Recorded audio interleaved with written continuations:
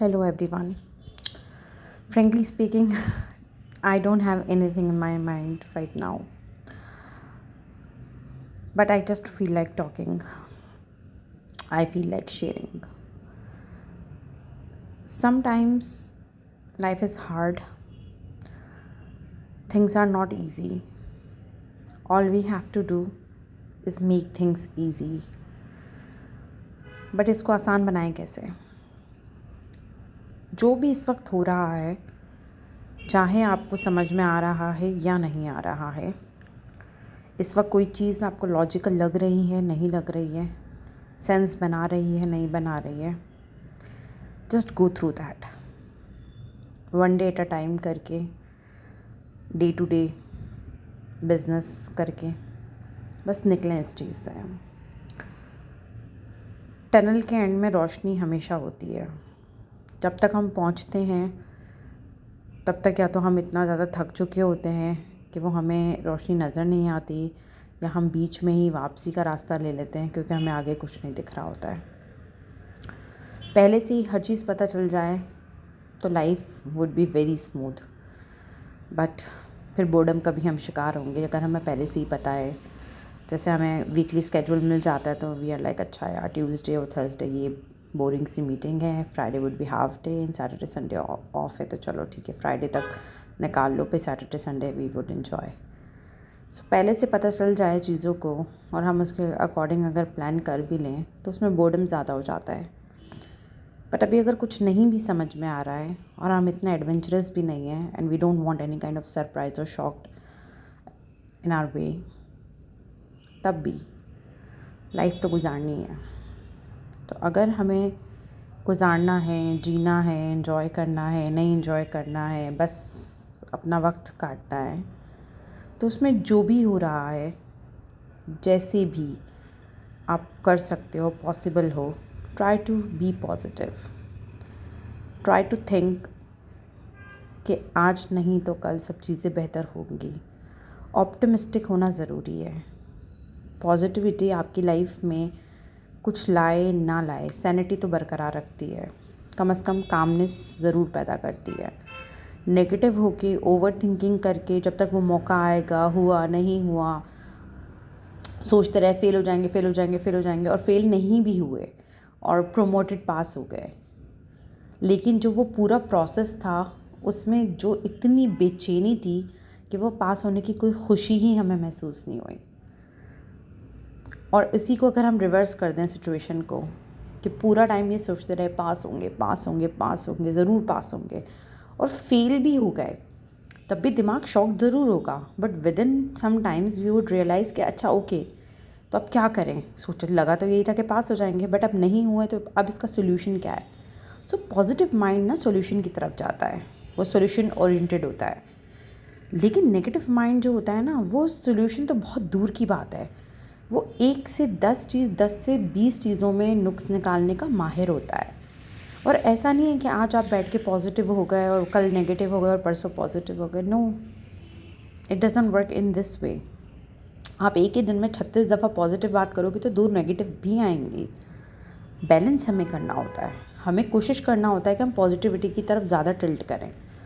एक के बाद दूसरी नाकामी, दूसरे के बाद तीसरी नाकामी, इट्स ओके।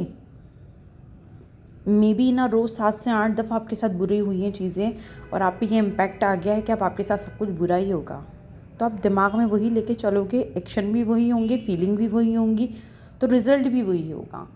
10 दफ़ा नाकामी के बाद भी पॉजिटिव रहना मुश्किल ज़रूर है, नामुमकिन नहीं है।